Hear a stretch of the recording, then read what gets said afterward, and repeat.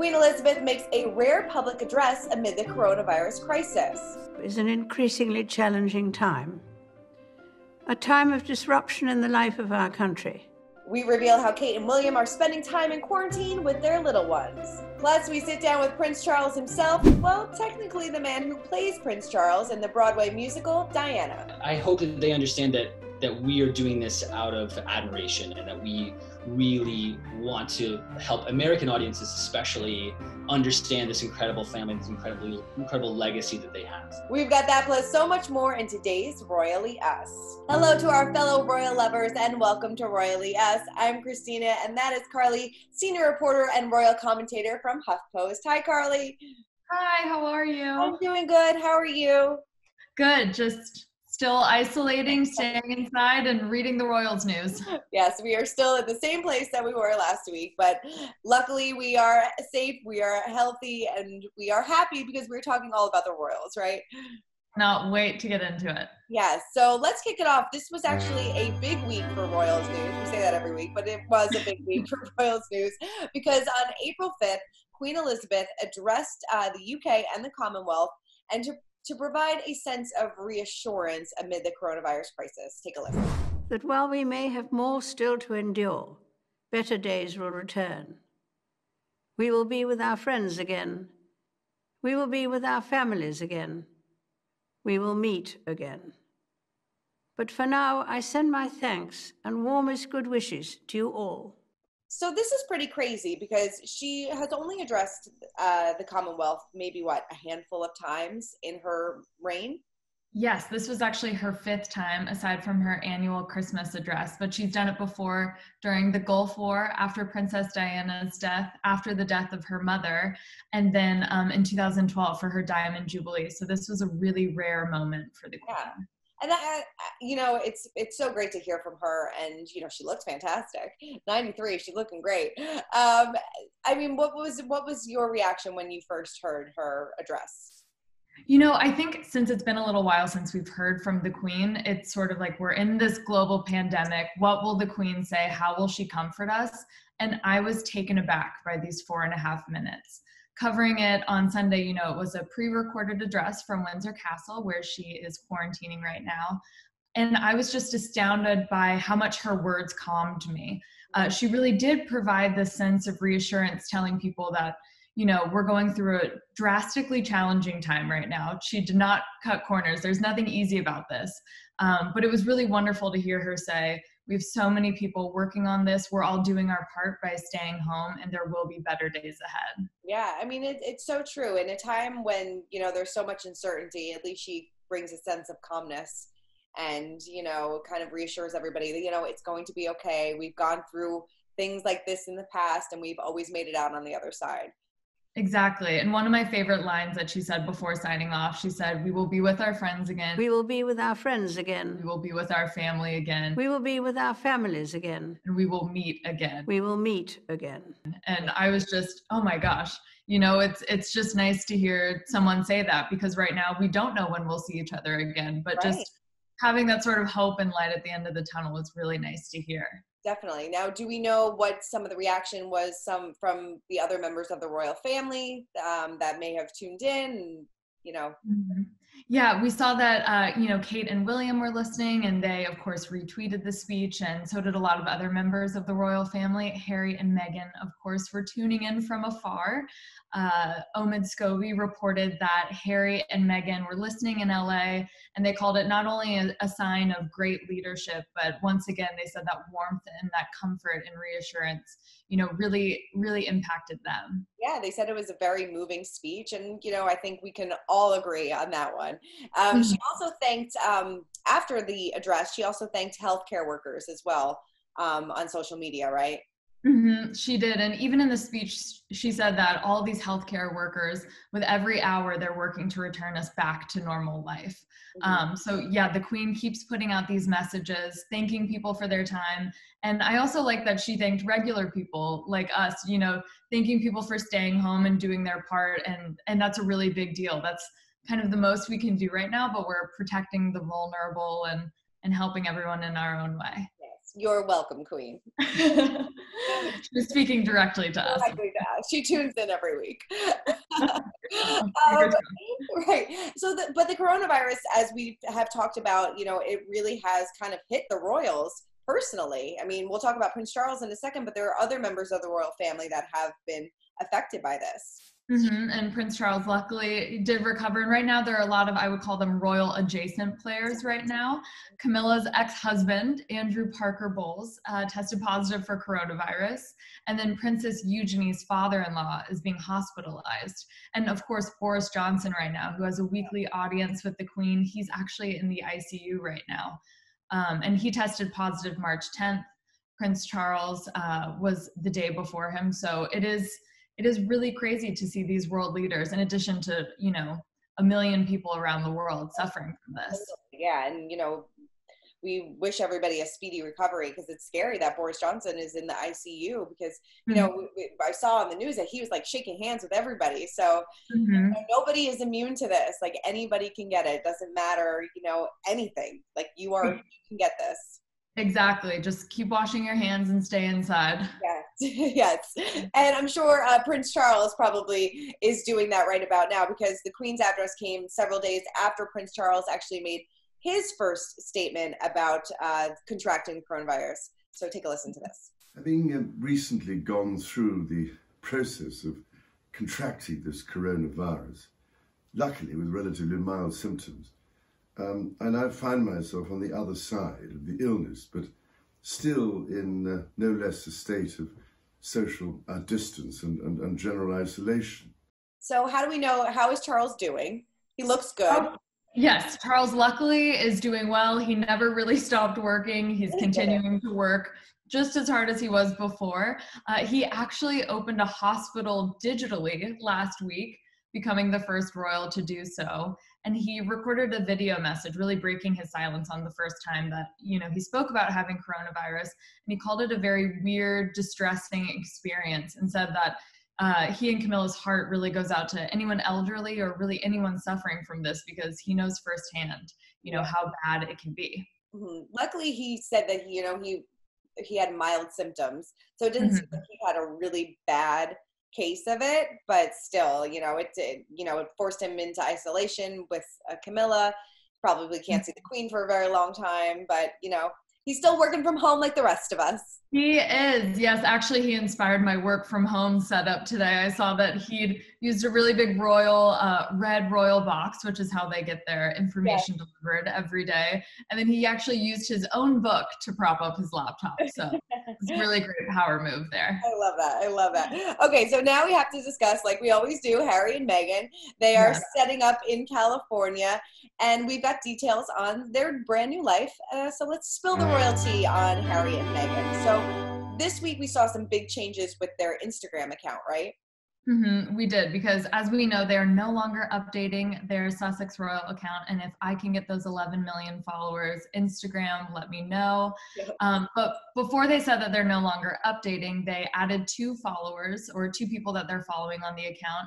Tank's Good News, which is run by Tank Sinatra, and then Global Positive News. So now they follow 3 people, all positive news organizations. And they did something really important too. They turned off all of the comments on their posts before, officially shutting down. Yeah, it's probably smart.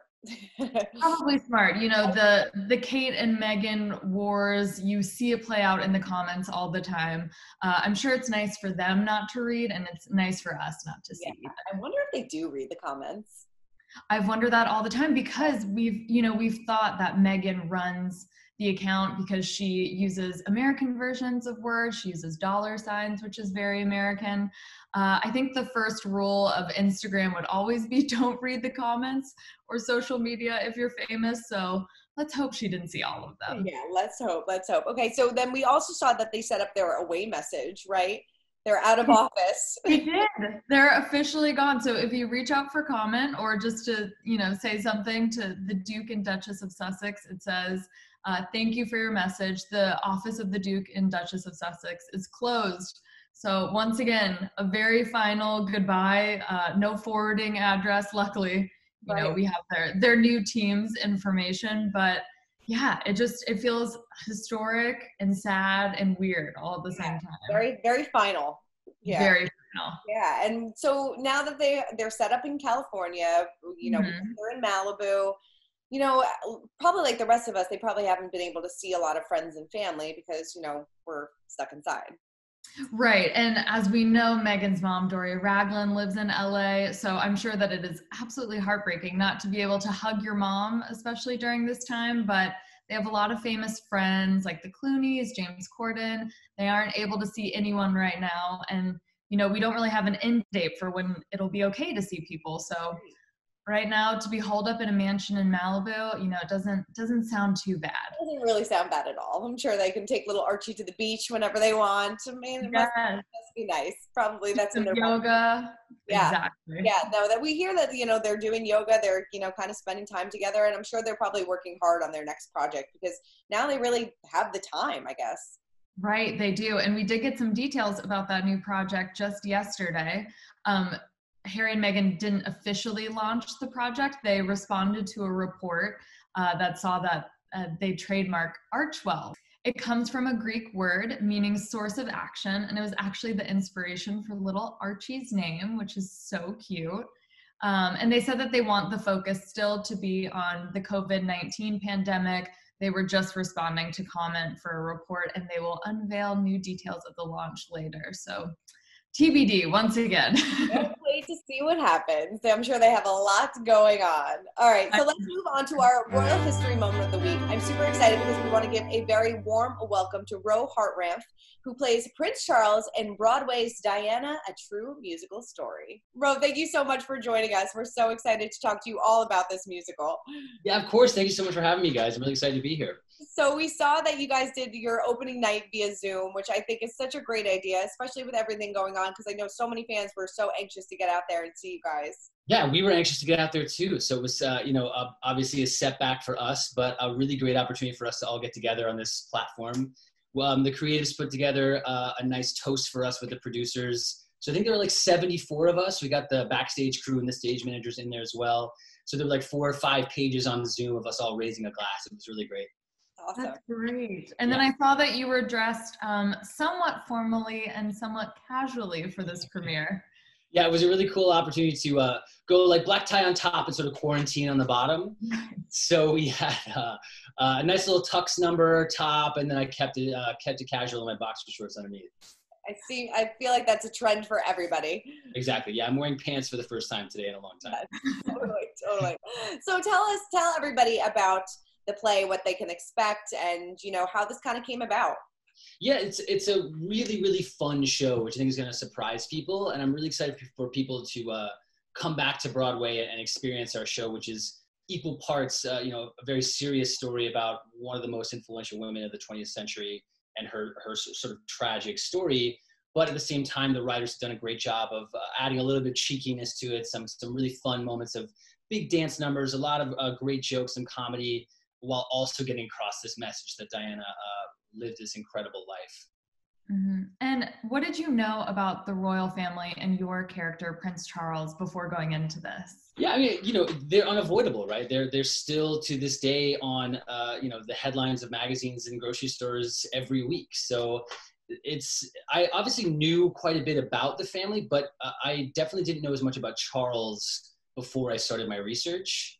And, everyone has an opinion about Charles, and some of them are a little bit critical. But diving into this incredible guy has been one of the best parts of this process for me. Reading about him, his charity work, his activities in climate change from dating back to the 70s. I think he's a really fascinating figure, and it's been one of the joys of this process for me to try and bring an empathetic look at this really unique person to the stage. Yeah. What was the most surprising thing that you learned about Charles in all your research? And what kind of research did you do? Did you binge The Crown, or did you? Yeah, I mean, The Crown was obviously the entry point. It's such a fantastic project, such incredible performances on that show.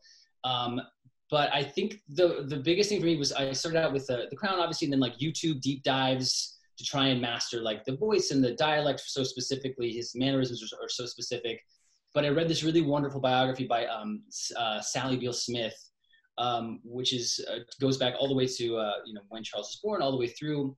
And I think it gives a really wonderful perspective on Charles's side of the story. So you realize that he's a human being who wants to do good and do right by his family. He wants to do well in his job, and he wants to be loved and love someone in return. So I think it was really fascinating to learn the depth of his feeling and his emotion, whereas publicly he can sometimes, at least to Americans, appear sort of distant. And I saw that you learned about some of his eccentricities, which is really fun. Do you have any stories or particular moments that you liked? Yeah, I think that, what's really interesting about Charles is that growing up, he was really outgoing, like in grade, I guess, what you call like grade school and then into university. He was involved in sketch comedy troupes. He was involved in amateur theater. He was in a group that was very similar to like the Goons or Monty Python when he was in college, where they would do really, as he described them, like groan-inducing jokes and like terrible sketches, which I could definitely relate to. I like how you said that you feel that Prince Charles is a bit misunderstood. Are you trying to, show him in a new light in this play? Yeah, absolutely. I think that this show does a wonderful job, and it's been a priority of everyone involved to show the really human side of each person in this show, from the Queen all the way through the royal family.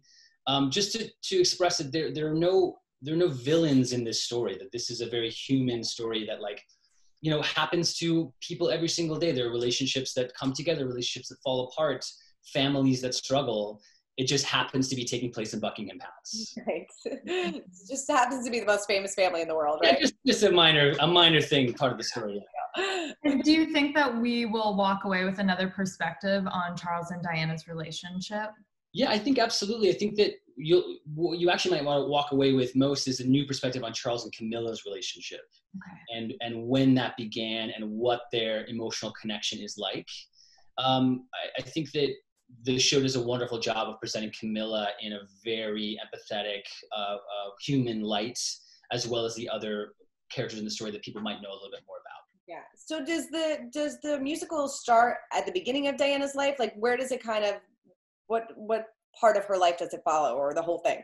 Yeah, I think she lived such an incredible life with so many chapters that they have done a really great job of really zeroing in on a specific period of time. So the show begins when Charles and Diana meet, and it ends, essentially the plot ends the moment that the Queen permits them to get a divorce. We do have an epilogue after that sort of addresses the end of Diana's life without dramatizing the tragedy, obviously. But it's a very specific slice, specifically focusing on the marriage of Charles and Diana. Okay. And now that Harry and Meghan are in the US, have you reached out to any of the royals to come see the play? Have you been in contact? We all we can say is that we hope that they come. We think that they would really enjoy it, and we want them to know that this is a very respectful story. We're trying to celebrate the life of this incredible woman. But whether they come or not is totally out of our hands. We just wish them well, and we hope that they would come and have a good time. Yeah. What do you think the reaction of Prince Charles would be if he saw it? And what would you say to him if you got a chance to meet him? I think he's such a fascinating guy. And honestly, what I would love to pick his brain about most is organic farming. Really? Which is such a funny, like offbeat thing to want to talk about of all the things. But it's one of his passions that I'm also really interested in. I grew up on a farm with my family. My father keeps bees and makes his own honey. So I'd really love to talk to him about his techniques and his passion for heritage farming and organic farming. I think that the royal family, I can't imagine how strange it must be to be at the center of so much attention, right? So they've lived their whole lives in the spotlight, and it must be incredibly strange to know that someone is portraying them on a stage and putting music to their life. But I hope that they understand that we are doing this out of admiration, and that we really want to help American audiences especially understand this incredible family, this incredible legacy that they have. Mm-hmm. And you guys really couldn't have picked better timing, as far as a few months ago with some hiccups in the timing for sure. Pandemic. But do the cast and crew talk about Harry and Meghan's exit? Do you guys have any thoughts on that? Well, I think it's unavoidable, right? Like it was, at least, 2 months ago, it was one of the biggest headlines in the media. So it was something that we definitely talked about, that we all were texting about when it happened, and like, we can't believe it was happening the way it was. But I think that our show obviously talks about the previous generation, or the years before Harry was born, or right around when Harry was born. So I think this show actually will give people who may be becoming aware of the royal family just now with the Harry and Meghan situation a chance to understand the context, the greater context of what happened before, and really how similar or what sort of echoes there are in Harry's story that happened first in Diana's story. Do you have a favorite musical number from it? Oh man, the ballads that you guys are going to hear Gina Duvall sing, who plays Diana, are mind-blowing. I cannot wait for everyone to hear her sing. And I choose happiness, I choose a fresh new start. But I think one of my favorite numbers is the big dance number in Act 1 that's called This Is How Your People Dance. Mm-hmm. And it's a moment of joy, a celebration of sort of like rebellion on Diana's part, where she's zoning out during a cello concert. It's a really, really fun number. I can't wait for people to see it. I can't wait. And I have had a friend who was lucky enough to see this in previews, and he told me all about it. Oh, cool. And he said that he was just blown away by the costumes too. Do you have a favorite outfit that you wear? I do, actually. There's a really wonderful dressing robe that they've made from scratch. That's like this incredible, like, sort of paisley brocade, and like this beautiful quilting around the wrists and things. And it goes like floor length. We call it my wizard robe on set. But it's a really great outfit that I get to wear that I might actually sneak out of the theater with when this is all said and done. I was going to say, you should have brought that home during your quarantine. It's going to be great for quarantine. Yeah, I think Charles is probably pretty comfortable in quarantine right now. I'm pretty sure. Yeah. Did you reach out to him after he got the coronavirus? I sent him a lot of mental messages, a lot of encouragement on my end, but I don't quite have the channel set up to communicate with his. Well, we cannot wait for you to get back on stage. We are so excited for this. And excited. Once Broadway is back, make sure to catch Roe on stage in Diana, A True Musical Story. Thank you so much for spending some time with us. Thanks for having me, guys. It was great. Thank you. Nice to meet you. See you. So excited. Okay, so now it's time to break down the royal rules and give you all the information on how William and Kate are spending time behind closed doors during this quarantine. So let's break down the royal rules of quarantine with William and Kate. So how are they keeping the kids busy?